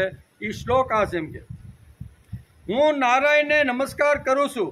ત્યાર પછી વ્યાસ કહે છે કે હું નરોત્તમને નમસ્કાર કરું છું. નરોત્તમ એટલે સ્થિત પ્રજ્ઞની ટોચ ઉપર પહોંચેલો માણસ. એનો એક અર્થ થાય છે નરોત્તમ. સ્થિત પ્રજ્ઞની ટોચ ઉપર જે પહોંચી ગયેલો જે છે ને, જેને કામના અને વાસના સ્પર્શ કરી શકતી નથી, એ જે બોલે ને એવું રીતનું ભગવાનને કરવું પડે અને થવા માંડે પણ. તેથી મહાન પુરુષો છે ને કોઈની ઉપર હાથ મૂકીને કોઈ દી આશીર્વાદ દેતા નથી, કારણ કે આશીર્વાદ જો આપે તો એની અંદર જે બધી શક્તિ અને જે બધું પડેલું હોય ને એ બધું નાશ થઈ જાય. એટલે ભગવાન એટલે કે આવા સંતો ઘણીવાર દૂરથી બે હાથ જોડીને નમસ્કાર કરે, પણ કોઈના માથા ઉપરથી માકીને કે જા બેટા તારું કલ્યાણ હો જાય, બરોબર. તો એવી રીતનું ઘણી આવી રીતની શક્તિઓ પણ ઘણી હોય, પણ એનો ઉપયોગ સંતો મહાપુરુષો ક્યારેય કરતા નથી. હું નારાયણને નમસ્કાર કરું છું, ત્યાર પછી વ્યાસ કહે છે કે હું નરોત્તમને નમસ્કાર કરું છું. અહીં નરોત્તમને નમસ્કાર છે. નરોત્તમ એટલે જે સ્થિત પ્રજ્ઞ, કેવો, જેમાં સમુદ્રનું ઉદાહરણ આપીને સમુદ્રને જેમ સ્થિત પ્રજ્ઞ કહેવામાં આવ્યો છે, તેમ ભાગવતકાર વેદવ્યાસે પહેલા સ્કંદના બીજા અધ્યાયના 4થા શ્લોકની અંદર નરોત્તમ કરી અને વેદવ્યાસ કરે છે. ગીતામાં પણ એનું વર્ણન છે. શ્રીમદ ભાગવતના પ્રથમ સ્કંદની અંદર પણ અહીંયા વેદવ્યાસે સ્થિત પ્રજ્ઞનું વર્ણન કરેલું છે. અહીં નરોત્તમને નમસ્કાર છે. નરોત્તમ એટલે જે સ્થિત પ્રજ્ઞ. નરોત્તમ કોણ? જેણે પૈસા કમાવ્યા છે તેને નરોત્તમ કહેવાય. નરોત્તમ કોઈ નરોત્તમ, આ ભાગવતે નરોત્તમ શબ્દ આ શ્લોકની અંદર નારાયણમ નમસ્કૃત્યમ નરં ચેવ નરોત્તમ, શું કીધું છે? નર ચેવ નરોત્તમ. નરોની અંદર જે ઉત્તમ છે તે, તો નરની અંદર જે ઉત્તમ છે એ જેણે વધારે પૈસા કમાવ્યા છે એ માણસો, નર એટલે માણસ, એ માણસ ઉત્તમ. તો વેદવ્યાસ કહે છે જેણે વધારે પૈસા વધારે સંપત્તિ ભેગા કર્યા છે એને હું ઉત્તમ ગણતો નથી. તો ઉત્તમ કોણ? અહીં નરોત્તમ શબ્દ તો અહીંયા બહુ સરસ રીતે અહીંયા ભાગવતકારે લખ્યો છે. એટલે નરોત્તમ કોણ? જેણે પૈસા કમાવ્યા છે તે પૈસા અહીં જ રાખીને મરવાનો છે. ગમે તેટલા પૈસા ભેગા કર્યા હોય તો એ પૈસા કાંઈ ભેગા જ આવવાના નથી. એટલે એના માટે નરોત્તમ શબ્દ નથી. તો નરોત્તમ આ શબ્દ બહુ સરસ છે, પણ તો નરોત્તમ એટલે શું? તો કે નરોત્તમ એટલે જેણે પોતાના ભેજામાં, જેની બુદ્ધિમાં વિદ્યા ભેરી છે, જ્ઞાન ભેર્યું છે, દુનિયાના બધા શાસ્ત્રનો અભ્યાસ કરી અને મગજની અંદર ઠાંસો ઠાંસ ભરી દીધો છે, અને રાતના 12 વાગે ઉઠાડો અને એને કોઈ તત્વજ્ઞાનનો પ્રશ્ન પૂછો તો ફટનારાનો તમે જવાબ આપી દે. તો આને નરોત્તમ કેવો? જેણે બુદ્ધિની અંદર, ભેજાની અંદર દુનિયાનું બધું તત્વજ્ઞાન છે ને એ ભેજામાં ભરી રાખ્યું છે. તો આવા માણસને નરોત્તમ ભાગવતકાર કહે છે એ પણ નરોત્તમ નથી. શા માટે? એ માણસ જ્યારે મરશે ને ત્યારે ખોપરીમાં ભરેલું જે જ્ઞાન છે ને એ ખોપરી બાળી દેવામાં આવશે. શું કે છે? ખોપરી જે ખોપરીમાં જ્ઞાન ભરેલું છે ને એ ખોપરી પણ બાળી દેવામાં આવશે. તેથી જેણે વધારે પૈસા કમાવ્યા છે તે પણ નરોત્તમ નથી, જેણે વધારે વિદ્યા મેળવી છે તે પણ નરોત્તમ નથી. તો નરોત્તમ એટલે કોણ ભાઈ? આપણે ગોતવું પડે. ભાઈ આ નરોત્તમ શબ્દ અહીંયા ભાગવતકાર વેદ વિશે બીજા સ્કંદના બીજા અધ્યાયના 4થા શ્લોકમાં વાપર્યું છે. તો એનો અર્થ શું હોય? તો અહીં બહુ સરસ કહે, જેણે વિદ્યા કમાવી છે તે નરોત્તમ. તો કે ના, જે વિદ્યા મગજમાં બેઠી છે તે મર્યા પછી ખોપરી પણ બાળી દેવામાં આવશે. તો પછી નરોત્તમ કોણ? તો કે પ્રભુને જેણે જીતી લીધા છે ને એનું નામ નરોત્તમ. આ સંસારમાં આવવાનું કેવું? સંસારમાં બધો વ્યવહાર કરવાનો, કામ ધંધો નોકરી કરતા જેણે ભગવાનને જીતી લીધા, અને ભગવાનને જીતી લીધા એવા તો લાઈન બંધ આપણા ભારતની અંદર છે કે નહીં? નરસિંહ મહેતા જોવો તો એને ભગવાનને જીતી લીધા, તુકારામ જોવો તો ભગવાનને એને જીતી લીધા, એકનાથને જુઓ તો એની તો વાત જ નહીં. 12 વર્ષ સુધી શ્રીખંડિયાનું રૂપ નોકર થઈ અને 12 વર્ષ સુધી એનું પાણી ભર્યું, વાયદા કર્યા, ગાયો દોયું, રસોઈ કરી. હવે આનાથી મોટો કયો હોય? આનાથી નરોત્તમ મોટો ક્યાંય એકનાથ જેવો ગોતવા જવો પડે ક્યાંય? તો આ બધા કેવા છે? મીરાબાઈ છે, નરસિંહ મહેતા છે, એકનાથ છે, તુકારામ છે, આ બધા જે છે ને એને નરોત્તમ કહેવાય. શા માટે? કે સંસારમાં રહીને એણે ભગવાનને જીતી લીધા છે. સંસારમાં રહેવાનું, વ્યવહાર કરવાનો, કામ ધંધા કરવાના, પણ એની સાથે સાથે પ્રભુ ભક્તિ કરી અને જેણે ભગવાનને જીતી લીધા છે ને તે નરોત્તમ છે. જેણે ભેજામાં વિદ્યા ભરી છે એ નરોત્તમ નહીં. જેણે કરોડો રૂપિયા ભેગા કર્યા છે, સંપત્તિ, એ પણ નરોત્તમ નહીં. તો નરોત્તમ કોણ? તો કે આ જગતમાં આવ્યા પછી જેણે ભગવાનને જીતી લીધા છે એના માટે ભાગવતકાર વેદવ્યાસે નરોત્તમ શબ્દ વાપરેલો છે.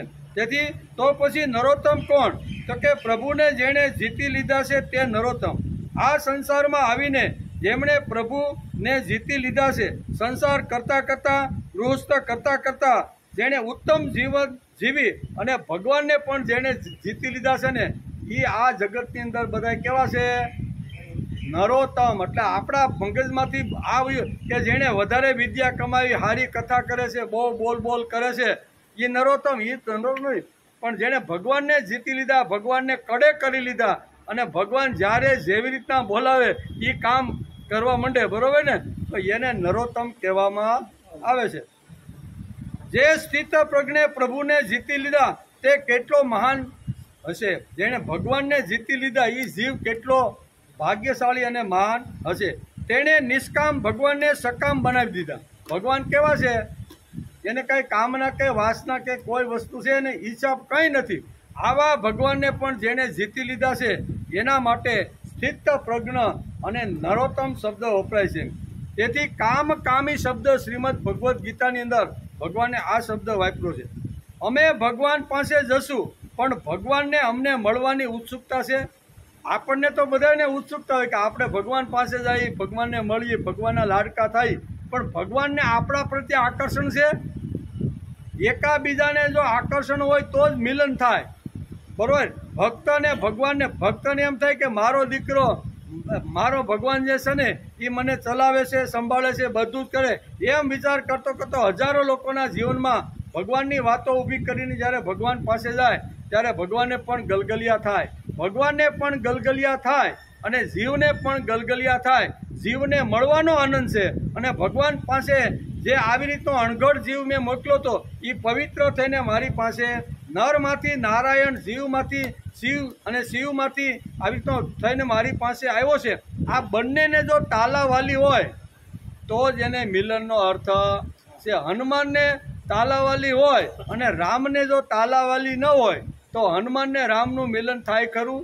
આપણે ભરત મિલન આપણે વાંચી રામાયણમાં કે ભરતને રામની સાથે જંગલની અંદર વનમાં મિલાપ થયો, બરાબર. તો એના ફોટાય પણ આપણે જોઈએ, પણ એ ફોટા કેવા? તો કે બંનેને આકર્ષણ હોય તો જ મિલન શક્ય છે. રામને પ્રભુ સાથે, રામ સાથે હનુમાનને આવી રીતનું આકર્ષણ હોય અને આકર્ષણ હોય અને એ બે જ્યારે ભેટીને મળે ને ત્યારે એને પૂર્ણ મિલન કહેવામાં આવે છે. ભગવાનને કાંઈ હોય જ નહીં, કાંઈ કર્યું જ ન હોય ને જીવ ત્યાં જઈને કે લે હું તારને મળવા માટે આવ્યો. ભગવાન કે આવા તો કેટલાય લોકો જગતની અંદર છે, મારે કાંઈ તારી જરૂર નથી. એટલે આવા જે પ્રહલાદ, નારદ, પરાશર, પુંડરીક આવી રીતના જે મહાન જે લોકો થયા છે ને એવા લોકો જ્યારે આ જગત છોડી જાય ને ત્યારે ભગવાનને તાલાવાલી લાગે કે મારો દીકરો હમણાં જ આવશે. 70, 80 વર્ષ સુધી જગતમાં રહ્યો, પણ ગમે તેટલી કામના, ગમે તેટલી વાસના, ગમે તેટલી તૃષ્ણા, ગમે તેટલા પ્રલોભનો એની સામે આવ્યા, પણ મને છોડીને એણે એક પણ કામ કર્યું. મને પ્રથમ રાખ્યો. કામ ને વાસના બધી જ કરી છે, પણ પ્રથમ મારું સ્થાન એને રાખેલું છે. આવો જીવ જ્યારે ભગવાન પાસે આવે ત્યારે ભગવાનને પણ તાલાવાલી થાય. આપણે ઘણીવાર જાય ને, ઘણા તીર્થ ક્ષેત્રમાં જાય તો કે અમે ભગવાન પાસે જશું, પણ ભગવાન અમને મળવાની ઉત્સુકતા ક્યાં છે? બંનેમાં ઉત્સુકતા ન હોય તો મિલન ન થાય. ભક્ત અને ભગવાન આ બંનેને આવી રીતનું હોવું જોઈએ. વલ્લભાચાર્યને મળવા માટે ભગવાનને પણ તેટલી તાલાવાલી હતી, તો જ મિલન થાય ને. એટલે આપણે ઘણીવાર ભગવાન અને અહીંયા વલ્લભાચાર્યનો ફોટો આપણે ઘણીવાર જોતા હોઈએ છીએ. એ બંને મહાપુરુષો, એક ભગવાન છે અને બીજો ભક્ત છે, એ બંનેનું મિલન થાય છે. એવા ઘણા બધા ફોટા આપણે ઘણીવાર જોવા મળે. પણ બંનેને ઉત્સુકતા હોવી. ભગવાનને એમ થાય કે મારા દીકરાને મળ્યા વગર હું રહી જ નહીં શકું, અને ભક્તને એમ થાય કે ભગવાનને મળ્યા વિના હવે મારું આગળ જવું અશક્ય. તેથી બંનેનું જે મિલન થાય એ મિલન આપણે બધાને ખબર છે ઘણી જગ્યાએ આવી રીતનું જોવા મળે છે. વલ્લભાચાર્યને મળવા માટે ભગવાનને પણ તેટલી તાલાવેલી હતી. આલિંગન જેમ મિલનની વાસના ભક્તને હોય છે તેમ ભગવાનને પણ અહીંયા ભક્તને મિલવાની વાસના અને કામના હોય છે. ભગવાન નિષ્કામ છે. નિષ્કામ ભગવાનમાં કામના ઊભી કરવાવાળો સ્થિત પ્રજ્ઞ છે. અને તેથી જ ગીતા ગાના શ્રી કૃષ્ણ ભગવાને 55 થી 72 શ્લોક સુધી આવા સ્થિત પ્રજ્ઞનું વર્ણન કરેલું. સ્થિત પ્રજ્ઞ કેવો? ઘણા બધા દ્રષ્ટાંતો આગળના શ્લોકમાં આપીને પણ સમજાવવાનો પ્રયત્ન કર્યો કે આ ટોચની સ્થિતિ ઉપર પહોંચેલો જે સ્થિતપ્રજ્ઞ છે કેવો છે, તો 70મા શ્લોકની અંદર સમુદ્રનું એક રૂપક આપી અને ભગવાને અર્જુનને સ્થિતપ્રજ્ઞ કેવો હોય એ સમુદ્રનું દ્રષ્ટાંત આપીને સમજાવવાનો પ્રયત્ન કર્યો છે. દુનિયામાં ઘણા બધા સારા તત્વો છે, આકર્ષક છે, ખેંચી શકે એવા બધા તત્વો છે, પણ એ બધા તત્વોને ભગવાને યાદ ન કર્યા અને સમુદ્રને યાદ કર્યાનું કારણ કે સમુદ્રમાં ગમે તેટલી ભરચક ચોમાસામાં નદીઓ જાય તો કે કાંઈ વાંધો નહીં, હું તમારું સ્વાગત કરું છું, આવો બેન બેસો અને રહ્યો બધા, અને ન આવે તો સમુદ્ર કોઈ દી ગોતવા માટે જતો નથી. એની અંદરથી પાણી ખેંચી લે તો એને ઉદ્વિગ્ના થતી નથી, અને વાદળના રૂપમાં વરસે તો સમુદ્રને હર્ષ થતો. આ બધી જ વાતો, બધા જ ગુણો કોની અંદર છે? સમુદ્રની અંદર આ બધા ગુણો પડેલા છે. અહીંયા સમુદ્ર આપીને પણ સૂકો થઈ જાય છે. ભલે નહીં વાદળીને લોકો યશ આપતા કાંઈ વાંધો નહીં, એને યશ આપો, પણ મૂળ પાણી તો કોનું છે? સમુદ્રનું છે. સમુદ્રમાં સૂર્યના કિરણો પડે અને એમાંથી વાદળી બંધાય અને વાદળી રૂપે ધરતી ઉપર પડે ત્યારે બધા જ લોકો યશ કોને આપે? વાદળીને, કે ભાઈ બહુ સરસ વાદળી વરસી, અમે તો આવતીકાલે નક્કી કર્યું હતું કે તડકા પડે છે તો હવે પાવાનું ચાલુ કરી દઈ, પણ વાદળી વરસી ગઈ, બહુ સારું કામ કર્યું. એટલે યશ કોને મળ્યો? વાદળીને. અને વાદળીને યશ આપે, પણ ભગવાનને ખબર છે કે વાદળીમાં પાણી ક્યાંથી આવ્યું, તેથી ભગવાન યશ અહીંયા સમુદ્રને આપે છે. તેથી સમુદ્રનું નામ ભગવાને ગીતામાં લીધું. ઘણા બધા નામ લેવા જેવા છે, પણ આ સમુદ્રનું નામ શા માટે લીધું? આટલા માટે. સ્થિત પ્રજ્ઞની ટોચની અવસ્થા છે, ભગવદી છે, ભગવાન પૂજનીય છે, પરંતુ સ્થિત પ્રજ્ઞ તો વિલોભનીય છે. ભગવાન શ્રેષ્ઠ છે, તેથી તેમને નમસ્કાર કરવાનું મન થાય. ભગવાન કેવા છે? શ્રેષ્ઠ, તેથી નમસ્કાર કરવાનું મન થાય. જ્યારે સ્થિત પ્રજ્ઞ તો આપણામાંનો એક જ લાગે, આપણી જેમ ખાતો હોય, પીતો હોય, રહેતો હોય, આપણા જેવા કપડાં બધું જ હોય એમ કે. જ્યારે સ્થિત પ્રજ્ઞ તો આપણામાંનો લાગે છે, તેથી તેને ભેટવાનું મન થાય છે. ભગવાન સ્થિત પ્રજ્ઞ પર પ્રેમનો અભિષેક કરે છે અને સ્થિત પ્રજ્ઞ લોકો ઉપર પ્રેમ અને જ્ઞાન અને ભાવનો અભિષેક કરે છે. ભગવાન અહીંયા સ્થિત પ્રજ્ઞ ઉપર વરસી જાય અને એ જે વર્ષાશે સ્થિત પ્રજ્ઞ, એ સ્થિત પ્રજ્ઞ સમાજના અંતિમ માણસ સુધી સાંકળીઓ ખટખટાવી પોતાનો સીધું લઈ અને લોકોની અંદર ભગવાનનો જે પ્રેમ છે એ પ્રેમ લઈને ગામડે ગામડે અને ઝૂંપડે જાય છે. પ્રેમ વગર એવા પ્રભુ સાથે જેમનું જીવનનું સંધાન થયું છે એવા મહામાનવનો પ્રેમ અતૂટ હોય છે. સમગ્ર એટલે કે વિશ્વ ઉપર પ્રેમ ભાવ કરીને તેઓ અક્ષય રહે છે. કેવા? આખી દુનિયા ઉપર ભગવાન પ્રેમ કરે ને, દુનિયા આખીને સંભાળે છે, ઉત્પન્ન પણ કરે છે, સંભાળવાનું પણ કરે છે, અને જરૂર પડે તો ડિસ્ટ્રોયર એટલે આપણે કામ કહે તો પ્રલય પણ કરી નાખે કરે છે. તેથી તે અક્ષય છે. એટલે કે મહાપ્રભુજી, તુકારામ, નામદેવ, મીરા, નરસિંહ બધા તો ભગવાન પણ તેની જોડે બધા જોડે એટલે કે આવા જે ભક્તો છે ને, એ ભક્તો જ્યારે ભગવાનને યાદ કરે, હાથમાં આવી રીતે કરતાલ લે અને પ્રભુનું સ્મરણ કરે ત્યારે ભગવાન એની સામે આવીને નાચવા લાગે છે. તેની જોડે ભગવાન પણ આવીને નાચવા લાગે. કેવા? પગે ઘૂઘરું બાંધ કર મીરા નાચી કે નહીં. લોકોને ગમે તેવું સમજવું હોય તો સમજે, પણ ગીતા તો જાહેરની અંદર એને જ્યારે પ્રભુ યાદ આવે ને ત્યારે ઘૂઘરા બાંધી અને મીરાબાઈ સરસ મજાની નાચતી હતી. એટલે કે ઘૂઘરું બાંધ કર મીરા નાચીએ, કોઈની પરવા નહીં, લોકોને જે કહેવું હોય તે કહે, પણ મારા ભગવાનને ગમે એટલા ઘૂઘરું બાંધીને નાચવાનું. તેથી સ્થિતપ્રજ્ઞને સાગરની ઉપમા ભગવાને શ્રીમદ ભગવદ્ ગીતાના અહીંયા બીજા અધ્યાયના 70મા શ્લોકમાં આપી છે. તે ગીતા એટલે કે તે ગીત જ ગાયા કરે. ગીત આપણે સમજીએ કે ન સમજીએ, પણ સમુદ્ર તો પોતાના મોજાના આવી રીતના ફીણ દ્વારા ગીતો ગાતો રહે છે. મને સમજે એવો આગ્રહ નથી, તેથી સમુદ્ર સ્વસ્થ રીતે પોતાના ગીતો ગાય છે. કોયલ ટહુકો કરે છે, ફૂલોની સુગંધ ભમરાઓ આવી રીતના લે છે, પણ એ આપને ખબર પડે કે ન પડે, પણ એ તો પોતાનું ગાયન અને આવી રીતના શું કહેવાય સૂરો સારું રાખે છે. તેથી જ ભગવાને આ શ્લોકની અંદર સમુદ્રને યાદ કરી અને સ્થિત પ્રજ્ઞનો લક્ષણો આ રૂપક તરીકે સમુદ્રને યાદ કરીને ભગવાન એને યાદ કરે. તેથી અહીં કહે છે આપૂર્યમાણમ અચલમ પ્રતિષ્ઠમ સમુદ્રમાપ પ્રવિશંતિ ત્યાદ્ય તત્કામાયમ પ્રવિશંતિ સર્વે સશાંતિમાપ્નોતિ ન કામકામી. સુંદર મજાનું રૂપક તરીકે ભગવાને સમુદ્રને યાદ કરીને સ્થિત પ્રજ્ઞ સાથે જોડવાનો પ્રયત્ન કર્યો. આપણી બુદ્ધિ પ્રમાણે આપણે એને સમજ્યા, બરોબર. 5 મિનિટ વધારે થઈ. શા માટે? તો કે આ શ્લોક આપણે પૂરો કરવાનો હતો, બરોબર.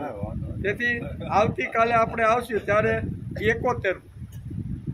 હવે આપણે કાંઠે બેઠા બેહીએ, બરોબર. 71 અને 72 2 શ્લોક આ અધ્યાયના રહ્યા છે. એટલે આવતીકાલે બહુ સરસ અહીંયા વાત કરવાના છે. એનો વિચાર આપણે આવતીકાલે